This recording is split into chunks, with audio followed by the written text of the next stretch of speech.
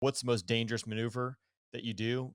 I mean, obviously pulling the G's repeatedly, like the chance of blacking out, that would be a pretty instant Debbie Downer.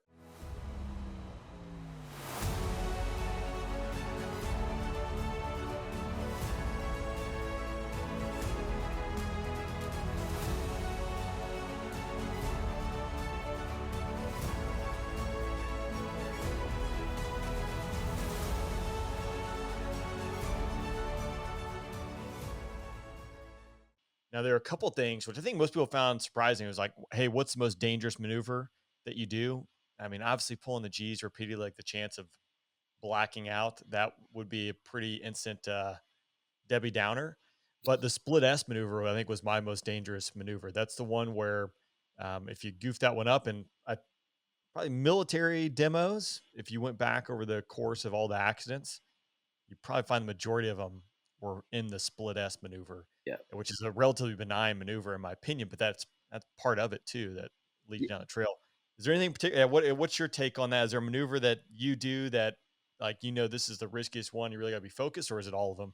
It's funny that you bring up the split S. So a split S is something that an airshow pilot, a civilian airshow pilot, would never do. You hardly ever see a civilian airshow pilot do any kind of split S maneuver. Just because there's a lot of, as you know, there's a lot of factors that go into a split S. You got to make sure your altitude's right on top, speed's right on top. There's a lot of factors. So you won't ever see a civilian airshow pilot really do a split S. For me, when people ask like, what's the most dangerous thing that you do?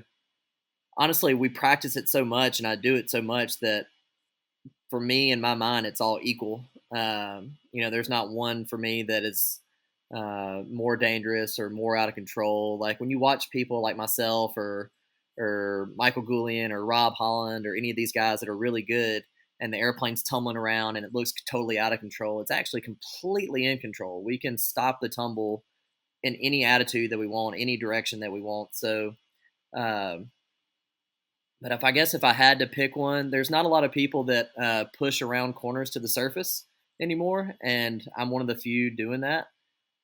People don't do it just because it's really uncomfortable, and it takes a lot of practice to be able to do that safely. And there's a few other elements that go into it. So probably if I had to pick one thing that I'm doing right now that a lot of people aren't doing would be pushing to the surface. So like I'll push around a corner, 5, 6, 7 negative G's to 15, 10, 15 feet off the surface. So Just um, pushing is always harder than pulling. And, it's one thing, the pushing is something that I watched Sean Tucker do as a kid. And it always impressed me because there's not a lot of, like I said, there's not a lot of people that are pushing around corners to the surface. And every time I saw Tucker do it, I just thought it was the most impressive thing ever. So it's something that I set out to do. Um, I really started working on it maybe 6 or 7 years ago, and then started adding it to my show about 4 years ago. So it took me about 2 years to get good enough where no matter what the wind conditions were, crosswind, headwind, tailwind, whatever the conditions were, for me to be completely confident that rounding the corner wouldn't be a big deal. So now I would say that's probably the thing that scares the most people because you, even as some of my coaches watch me and other airshow performers watch me, just pushing to the surface is just an uncomfortable feeling and an uncomfortable thing to watch. But it's probably the one that I enjoy the most, to be honest with you. Yeah, well, I just threw up listening to that because I did -4 with Rob, and that was a terrible experience. But I know it's like anything, you get used to it, I'm sure. But here, can you kind of walk me through that? Because in my mind, as I listen to you, and I'm trying to think about, I don't know if I've seen you push around a corner. I'm sure now I'll be very attuned to it. When you're doing that, obviously you're the only one in the air show box, not a factor there, but your visibility, like I'm used to pulling G's looking out the top of the canopy and you can see where you're going, you can see where you're pulling to. Versus if you're pushing, you got the bottom of the plane, or is that not a factor? It's not a factor because you're upside down. So I'm looking through the canopy. So actually pushing around a corner in the extra is better visibility than pulling around a corner. Oh, So okay. just the way that the airplane's coming down and where I'm sitting and I'm able to look, I actually have a much better view of the ground than I would if I was pulling around the corner. So, I mean, really going back to it, just the hardest thing about pushing is just being uncomfortable.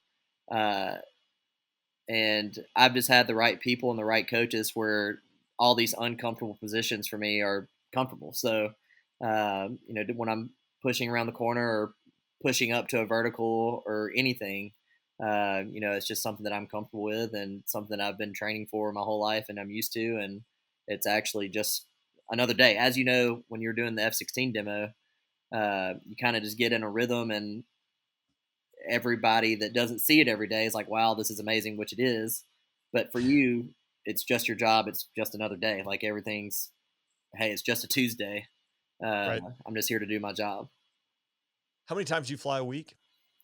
During the season, I'll start training about March 1st, and my season usually goes through November, and I'll fly 2 times a day, 5 days a week Okay. when I'm really training. So, and I would say that's more than most. Me and Rob really push each other really hard and practice a bunch. Rob's, I've always had a big practice ethic. Myself and Bill Stein always practice a bunch, and now when I started flying with Rob, dang, probably like 7 or 8 years ago, we both push each other really hard, so we practice a bunch.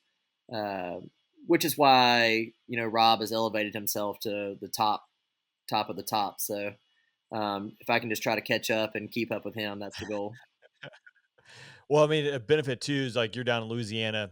You guys have an aerobatic box right there at the airport, so you can go out there, and it's relatively low density airspace. So I imagine activating the airspace is not that big of a deal. So you can go out there and just get a lot of reps, which is nice. Yeah, it's perfect. Yeah, the practice area that we have is a aerobatic box at the airport, like you said, from the surface to 5,000 feet. So plenty of room. I can fly as much as I want. We don't have any noise complaints or anything like that. The community around here really supports the whole aerobatic flying thing, which is quite funny.